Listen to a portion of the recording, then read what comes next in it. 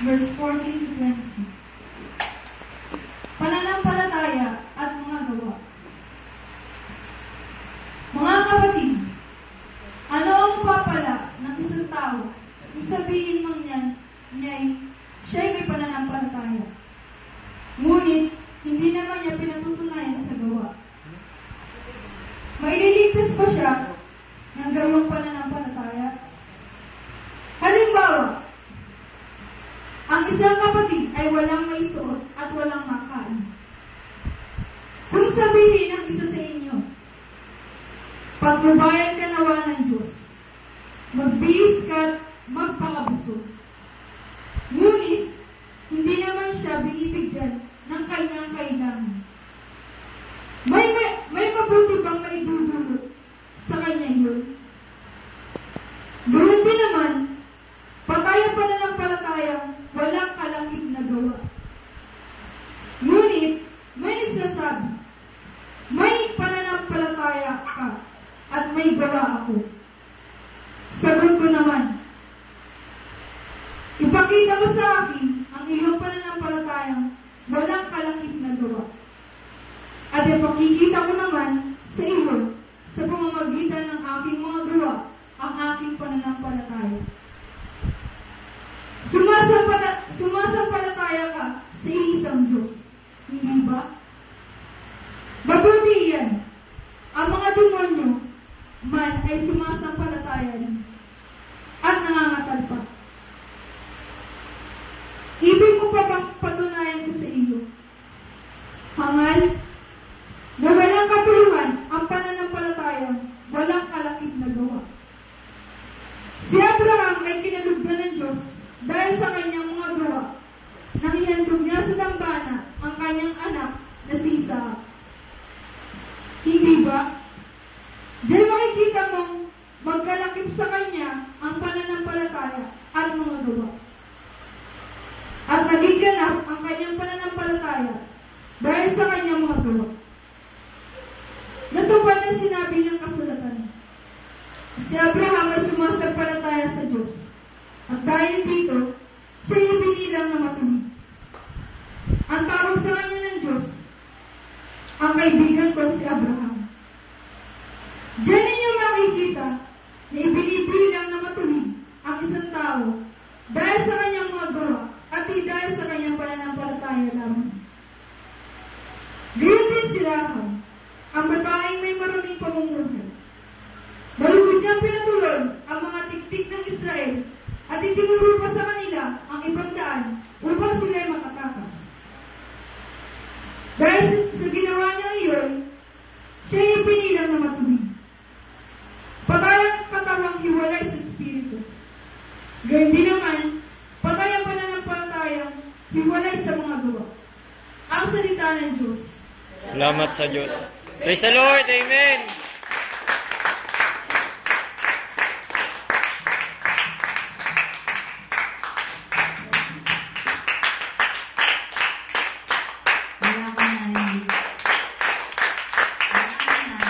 Praise the Lord. Amen.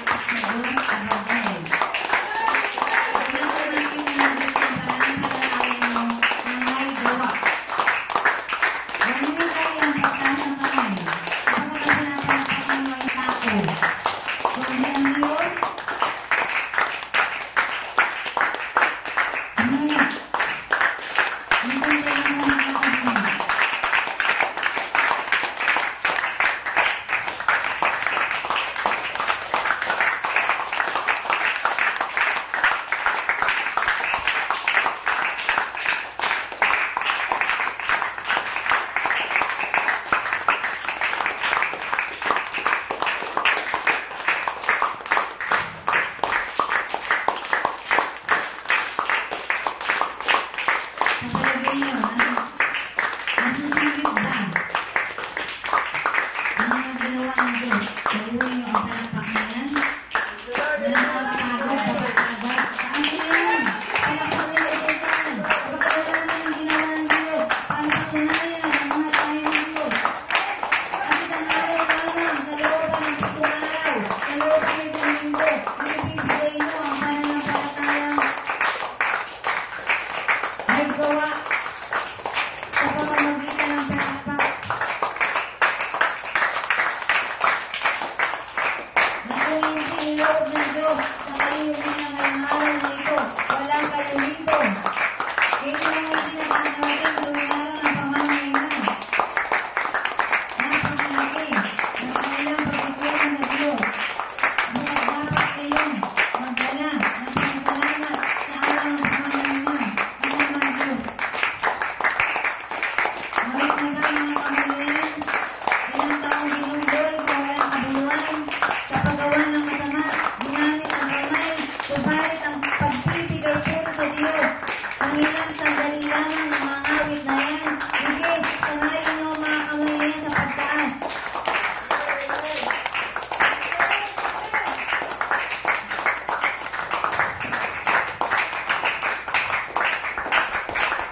At paano ginagamit yan sa paggawa ng kasalanan na walang kapagod-pagod. Makuha lamang yung butong buhay sa pamamagitan ng pagnanakaw. Matitibay ang barato sa pagbubuhat ng mga kagamitan hindi sa inyo. Para lamang makawin, ngayon ipakita nyo kay Diyos na pinagkisisihan mo yun. Ngayon ang panahon para gamitin ang mga kamay na yan. Kasama ang barato sa pagpupuri sa Diyos.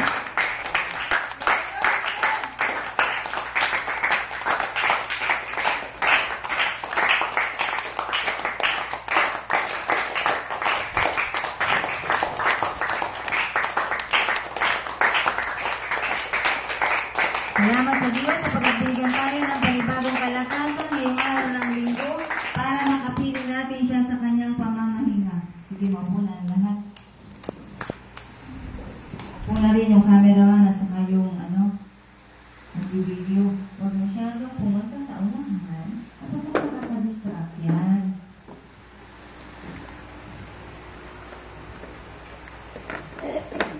Gusto ko lamang pong ipaalam sa lahat na hindi ako ang nandito, ako po lamang ay nautusan. So, ang speaker po natin ngayon, ng katotohanan ay walang iba kundi ang banal na Espiritu. Praise the Lord. Amen. At bibigyan din natin ang binasa kanina ang pananampalataya at mga gawa. Ikaw ba ay Kristiyano na? Ipakita mo yan sa gawa. Subalit kung Kristiyano ka lamang sa bibig, manatili ka nakaupo dyan at nakikinig. Huwag mong isipin yung pupuntahan mo mamaya. Hayaan mo na. Matapos ang gawain ito, at paglabas mo, saka mo balikan yung mga alaala mo kanina. So, ibig sabihin, mamatay ka habang nakaupo ka dyan. At hayaan mong buhayin ka ng Diyos sa pamamagitan ng kanyang mga salita. Praise the Lord. Amen. Pananampalataya at mga gawa. Marami ang nagsasabi, mayroon akong pananampalataya, ligtas na ako dahil tinanggap ko na si Jesucristo.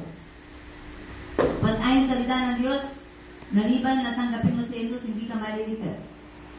Pero malinaw na sinabi, kailangan ang pananampalataya ay may kalakip na gawa. So ang utos ng Diyos, ibigin mo ang Diyos ng buong puso, ng buong isip, ng buong kalakasan at ng buong kaluluwa. Nandito tayo. Siyempre kung isang linggo, masakit ang katawan pagising sa umaga, nagdadalawang isip pa kung pupunta ba o hindi. Dapat kagabi pa lamang ay handa na kayo ang inyong katawan, ipinahinga nyo na. Subalit kung meron pa kayong mga kaabalahan, wala pa rin dahilan para hindi kayo makagising at pumunta at makaniig nyo ngayon ang Diyos dito. Praise the Lord. Amen.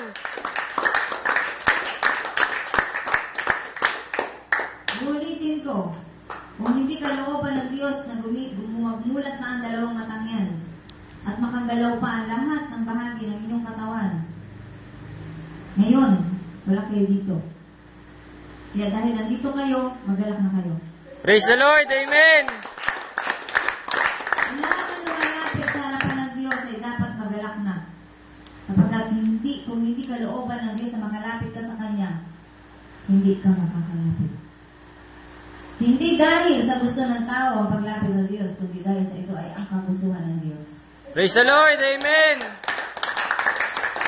Kung kayo naaanyayahan, magalak na kayo. Ba't ang Diyos ang nag-aanyaya sa inyo? Meron lamang ginamit na kagaya yung isang tao na dati makasalanan din. Subalit ngayon, nagsisikap na makasunod sa kalooban ng Diyos. Praise the Lord. Amen. Lahat ng tao ay nagkasala. At yan ang dahilan kung bakit si Jesucristo ay napako sa krus. Kaya una, si Jesus na mismo ang nagpakita ng gawa para ating sundan. Si Jesus ay gumawa. Ang Diyos ay gumawa ang paraan para tayo mabalik sa piling niya. At ipinakita ang krus. At si Jesus ay itinaas ang krus.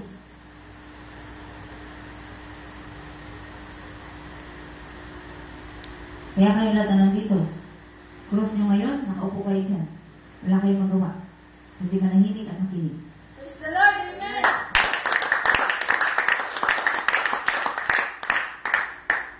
Walang taong pwedeng magmalaki na kung ano ang meron siya. Maaaring sasabihin niya na, pinaghirapan ko to. Kaya ako nagkaroon ng bayad lupa. Nagsikap ako. Nagtis ako ng gutom.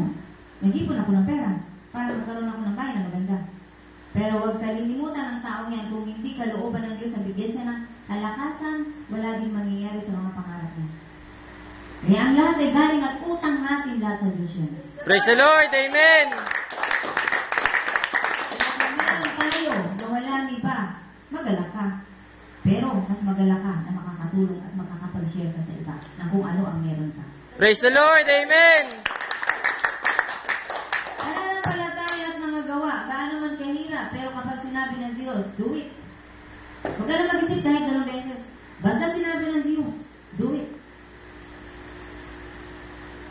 May pasok ako ng linggo eh. Sinabi ng Diyos, punta ka.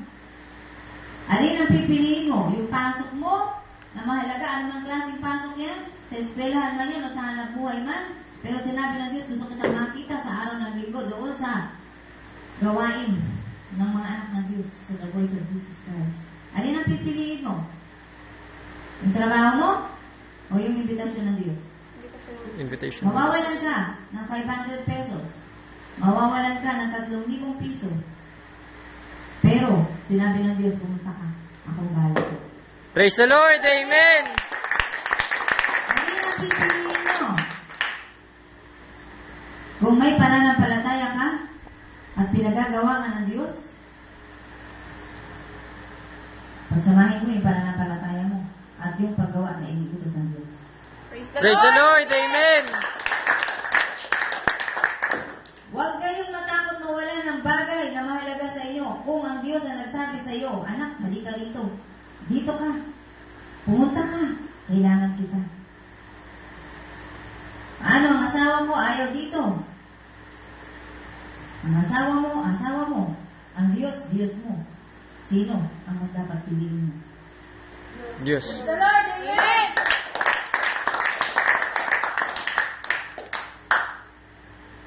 So kayo ngayon ay nandito para bigyan ng karunungan na higit kaysa ang karunungan na nandun sa mga eskwelahan. Karunungan ito na magbibigay sa inyo at ang dadala sa buhay na walang hanggan. Praise the Lord. Amen. Meron ka nang ina-attenan na church, yes. Pagkabata, labas-pasok ka simbahan kasama ang parents mo. Wala masama. Mabuti yan. Lumaki ka, magtako sa Diyos. Pero may gusto pang ibigay ang Diyos sa iyo na wala doon sa loob ng simbahan na pinupuntahan mo.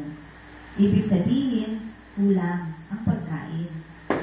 So merong ihahain ng Diyos sa iyo na mas makatutulong sa pagpapalago ng espiritual na buhay mo. Matandi ka ba? So kung kayo naghahanap buhay, may hanap buhay ka na naghahanap ka pa na mas kikita ka na malaki o madadagdagan pa yung hanap buhay na meron ka sapagkat kailangan mo. Pero sa espiritual, bakit walang naghahanap ng mas higit sa kung ano ang taglay niya? na pamumuhay sa Espiritu. Bakit kontento na sa labas-pasok sa simbahan at nakakalungkot isipin na mga kabataan ngayon kung hindi pa kilalin, hindi papasok sa bahay ng Diyos. Pagkat nauna na si Satanas sumila sa kanila. Nakaliver sila. So sa mga meron ng pananampalataya, ang kailangan ay gawa sa pagkakahanapan ng Diyos, ang tao nagsasabing may pananampalataya siya. So yung mga trials and sufferings na yan, ngayon gusto kong buksan ninyo ang inyong mata ng pananampalataya na hindi ka matatawag na mananampalataya kung hindi ka magtatagumpay sa mga pagsubok na dumaraan sa buhay. Praise the Lord! Amen!